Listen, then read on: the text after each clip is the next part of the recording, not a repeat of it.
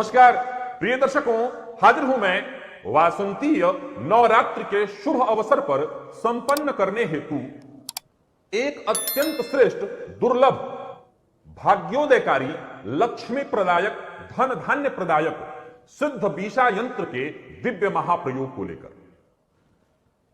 मां की कृपा नवरात्रि के समय में विशेष हमें प्राप्त होती है और इस समय में अगर इस दिव्य यंत्र को सिद्ध कर लिया जाए, जो कि परीक्षित है, पूर्व से ही सिद्ध है, बस इसे अपने उपयोग हेतु आप सिद्ध करके गले में अथवा बाहु पर धारण कर लें, तो इस यंत्र को शास्त्र कहता है, इस यंत्र को धारण करने वाला व्यक्ति सभा को जीतने वाला, जग को जीतने वाला होता है। क्योंकि जहां हो यंत्र बीसा, काह करें जगदीशा, यानी कि जहां पर यंत्र राज दिशा उपलब्ध हो, व्यक्ति जिसे धारण करता हो, उसे जग जीतने में कोई संशय हो या आश्चर्य हो, कह नहीं सकते कि कोई आश्चर्य होगा।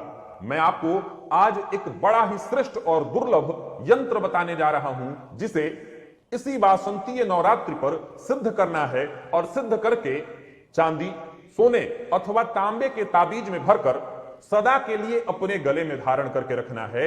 यंत्रराज की कृपा से आप लक्ष्मी की कृपा की सुखद अनुभूति करेंगे।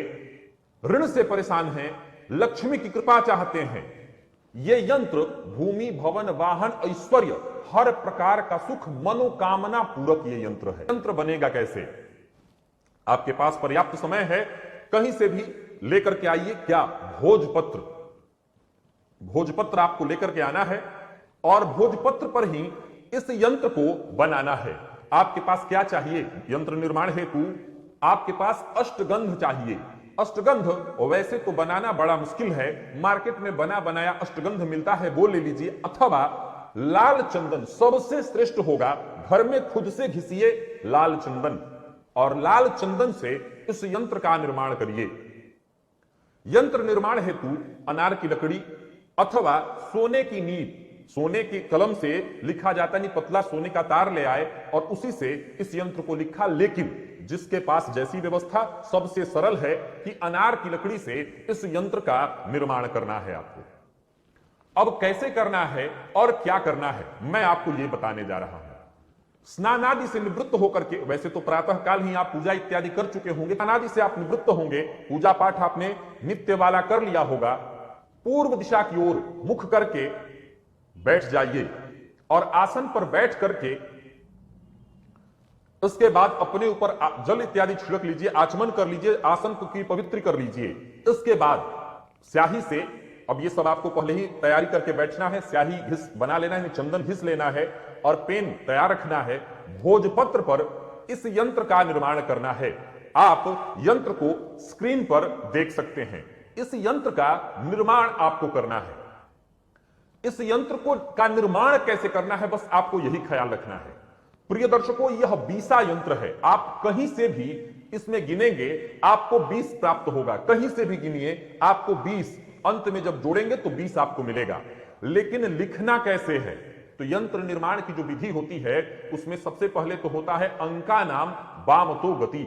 अगर अक्षरों का क्रम समझ में ना आता हो तो वहां पर बाएं से लिखना चाहिए। लेकिन इस यंत्र में आपको अक्षर सरलता से समझ में आ जाएंगे। तो जहां पर एक लिखा है वहीं पर एक से प्रारंभ करके 1, 2, 3, 4, 5, 6 इसी क्रम से, यानी कि अंकों को जो लिखना है, याद रखिए, फिर से समझ लीजिए।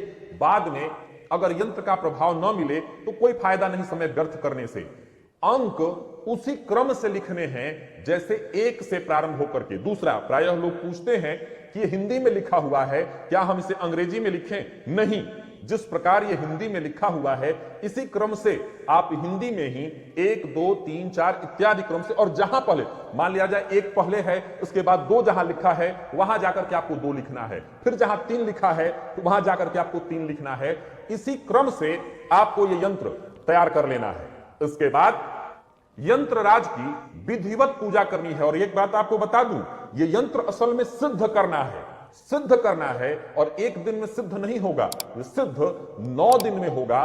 और आपको दशमी के दिन आपको इस यंत्र को धारण करना है। तो करना क्या है?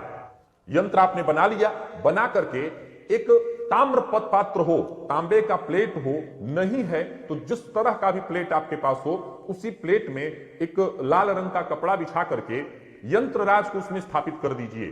स्थापित करने के बाद चंदन लगाइए, पंचोपचार पूजन, गंध, अक्षत, पुष्प, धूप, दीप, नैवेद्य भी आप चाहें तो भोग में लगा सकते हैं यंत्रराज की कृपा प्राप्ति हेतु। ये मां का शुद्ध यंत्र है, बीसा यंत्र है, परिलक्षित यंत्र है और हर प्रकार की कामनाओं की ये यंत्र पूर्ति कर देता है। अब आपको यंत्र निर्माण कर लिया, पूजन कर लिया, इसके बाद क्या करना है? सबसे पहले नवार्ण मंत्र का एक माला जप करना है। इस मंत्र का पाठ करना है, जप करना है एक माला यानी 108 बार। और इसके बाद सिद्ध कुंजिका स्तोत्र, सिद्ध कुंजिका स्तोत्र का 7 बार पाठ करना है। सिद्ध कुंजिका स्तोत्र का 7 बार पाठ करना है। यही क्रम 9 दिन होगा, यानी पहले एक माला नवार्ण मंत्र, इसके बाद सिद्ध कुंजिका स्तोत्र का 7 बार पाठ। इस प्रक्रिया को करने से यह यंत्र सिद्ध हो जाएगा। यंत्र जब सिद्ध हो जाए तो यानी 9 दिन तक तो आपको विधिवत पूजन करना है। इसके बाद कुछ दान इत्यादि कर दीजिए मंदिर में जाकर के। वैसे तो नियम प्रायः ज्यादातर लोग कुमारी कन्या वगैरह को खिलाते हैं, वो आप जो सब करना चाहते हैं विधि अपनी करिए। कुछ हो सके तो पूजन या जप या किसी भी प्रकार के आप जप इत्यादि करते हैं, साधना करते हैं, तो उसकी पूर्ति हेतु ब्राह्मण भोजन अथवा दान इत्यादि कुछ कर देना चाहिए। तो कुछ दान जाकर के घर के करीब किसी दुर्गा जी के मंदिर में दान वगैरह थोड़ा कर दीजिएगा।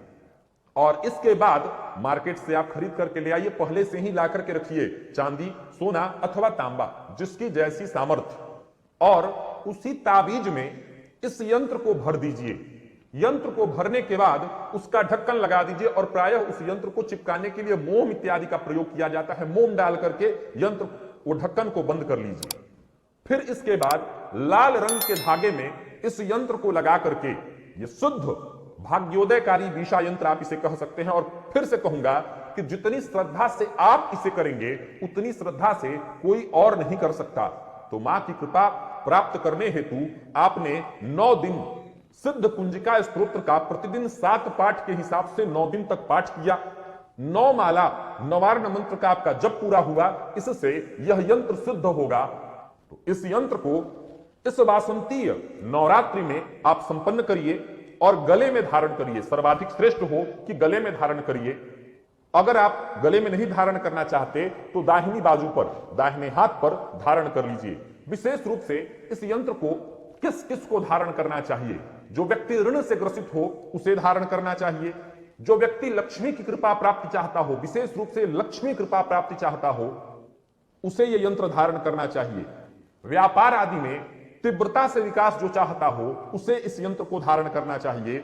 सभा में पूजित होना चाहता हो, सभा के ऊपर अपना वर्चस्व बनाना चाहता हो, समाज में वर्चस्व बनाना चाहता हो, उस व्यक्ति को यह यंत्र धारण करना चाहिए। और मैं फिर से कहूंगा, इस यंत्र की साधना खुद से करिए। जरा सोच के देखिए, यंत्र सिद्ध करने की जगह आप जितना मंत्र जपेंगे, क्योंकि यह प्रयोग कैसे पूरा हुआ?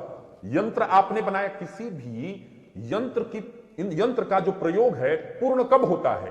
यंत्र, मंत्र और तंत्र। यहां पर एक तरह से देखा जाए तो यंत्र का आपने निर्माण कर लिया, मंत्र का आपने जप किया और कवच इत्यादि में भर करके उसे धारण कर लिया।